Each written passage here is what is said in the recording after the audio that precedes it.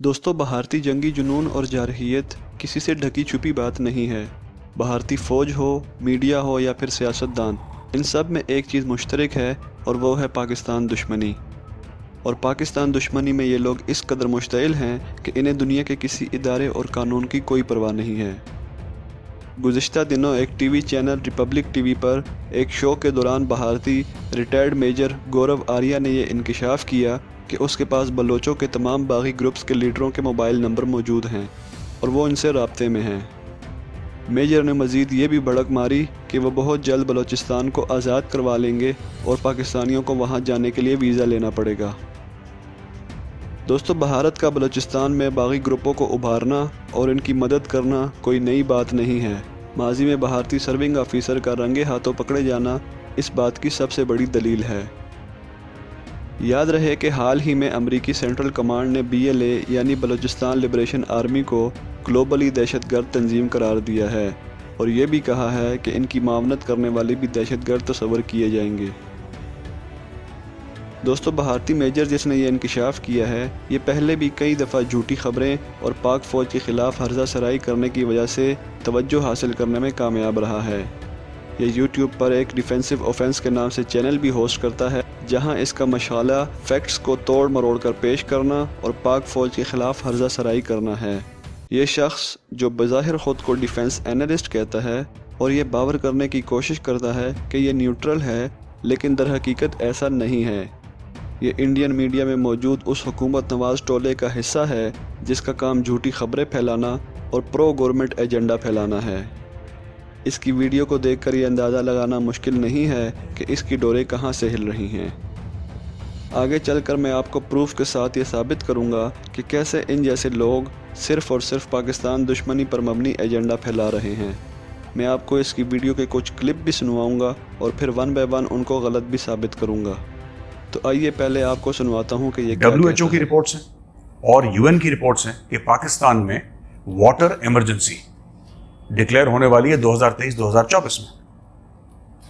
ये सच है पाकिस्तान का। पाकिस्तान की जो नदियां हैं, नाले हैं, ये तालाब हैं, सूख रहे हैं और ये 4-5 साल से ज़्यादा चलने नहीं वाला। मेजर के मुताबिक पाकिस्तान अगले चंद सालों में खुशहाली की वजह से ख़त्म हो जाएगा। इसके नदी, नाले और दरिया सूख जाएंगे। लेकिन अगर हम इनके अपने मुल्क की बात करें और इनकी कंडीशन देखें तो माहिरीन के मुताबिक 2020-21 में भारत के 21 शहरों में पानी ख़त्म होने वाला है, जिससे तकरीबन 100 मिलियन लोग मुतासिर होने का ख़दशा है।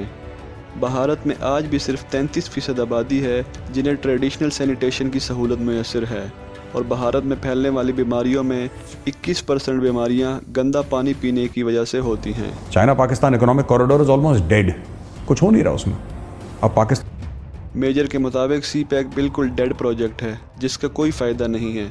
लेकिन जो लोग CPEC के मुतल्लिक जानते हैं उन्हें ये मालूम है कि ये एक लॉन्ग टर्म प्रोजेक्ट है जिसके मुख्तलिफ फेजेस हैं। चाइना ये जानता है कि CPEC से उनके लिए पूरी दुनिया में एक नया ओपन रूट खुल जाएगा जो कि इनको पूरी दुनिया में डोमिनेट कर देगा और इसका फ़ायदा पाकिस्तान को भी होगा। चाइना और इंडिया की आबादी तकरीबन बराबर ही है और ये दोनों मुल्क तकरीबन दुनिया की 50% आबादी हैं। लेकिन एक तरफ चाइना जहां पूरी दुनिया में अपनी एक्सपोर्ट्स की वजह से राज कर रहा है, वहां दूसरी तरफ इंडिया की आवाम को आज भी बुनियादी सहूलियात की फुकदान का सामना है, जिसकी ज़िम्मेदार लाजमी तौर पर हुकूमत ही है।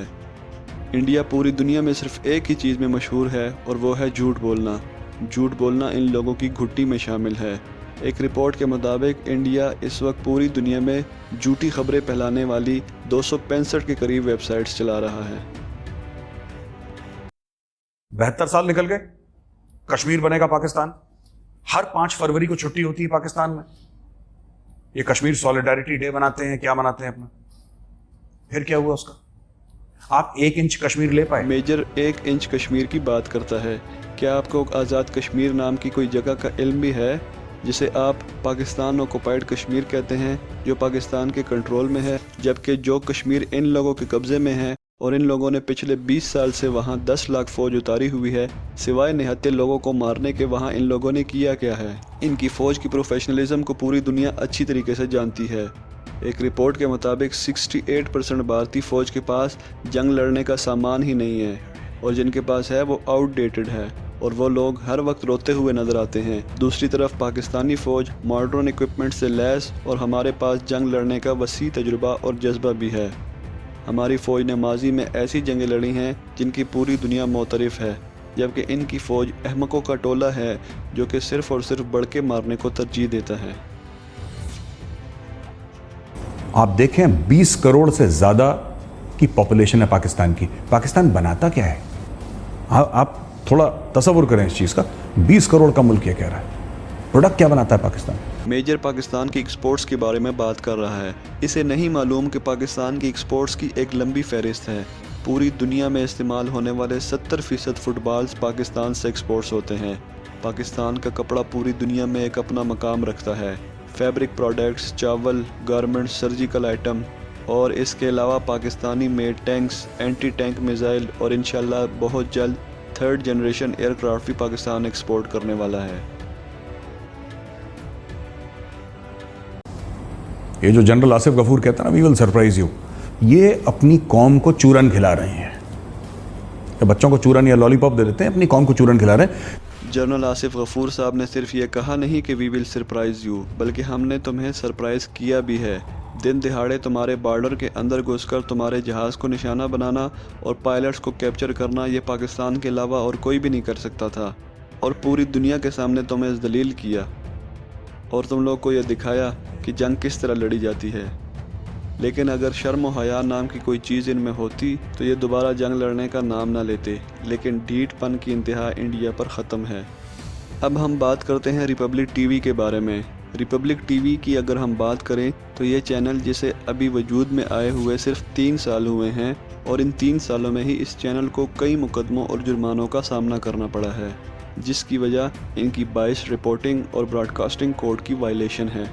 میجر گورو اسی چینل پر بطور کنسلٹنگ ایڈیٹر کام کرتا ہے، اور اس چینل کا مالک بھی ایک کنٹروورشل صحافی ہے جس کا نام ارنب گوسوامی ہے، اور جو اپنے چینل پر ڈیبیٹ نامی پروگرام ہوسٹ کرتا ہے۔ ارنب گوسوامی جو کہ اس سے پہلے بھی ٹائمز ناؤ نامی چینل پر کام کر چکا ہے، جہاں اسے براڈ کاسٹنگ کوڈ کو وائلیٹ کرنے کی وجہ سے آف کام نامی ریگولیٹنگ اتھارٹی کی وجہ سے انویسٹیگیشن کا بھی سامنا کرنا پڑا۔ ارنب گوسوامی اپنے پروگرامز میں گیسٹ پر چیخنے اور شاؤٹ کرنے کی وجہ سے مشہور ہے، اور اس کے چینل کو ایکسٹریم پرو گورنمنٹ بیانیے کی وجہ سے نارتھ کورین میڈیا سے کمپیئر کیا جاتا ہے۔ ریپبلک ٹی وی کو ماضی میں بھی telecom regulatory authority of India اور news broadcasting standard authority کی طرف سے قواعد و ضوابط کی خلاف ورزی جرمانے کا سامنا کرنا پڑا ہے۔ اس چینل کو کئی دفعہ کاپی رائٹڈ مٹیریل آن ایئر کرنے کی وجہ سے آن ایئر اپولوجی بھی کرنی پڑی ہے۔ عرض یہ کہ ہر طرح سے یہ ایک متنازع ٹی وی ہے، اور اس چینل کی خبروں کو کئی دفعہ ایک فیکٹ چیکر نامی بھارتی ویب سائٹ نے جھوٹا بھی ثابت کیا ہے۔ دوستو، یہ تو صرف ایک چینل کی بات ہے، لیکن در حقیقت پورا بھارتی میڈیا جھوٹ پر مبنی ہے، اور بی بی سی کی ایک رپورٹ کے مطابق بھارتی عوام کو موصول ہونے والی خبروں میں 64% خبریں فیک ثابت ہوتی ہیں، جن کا سورس ٹی وی یا سوشل میڈیا ہے۔ فیک نیوز بھارتی میڈیا اور حکومت کا ایک ہتھیار بن چکا ہے جسے یہ لوگ اپنے مفادات کی خاطر استعمال کرتے ہیں۔ لہٰذا پاکستان کے خلاف پروپیگنڈا پھیلانے کے بجائے اگر بھارت اپنے مسائل پر توجہ دے تو یہ ان کے لیے بہتر ہوگا، ورنہ یہ جھوٹ کب تک چلے گا؟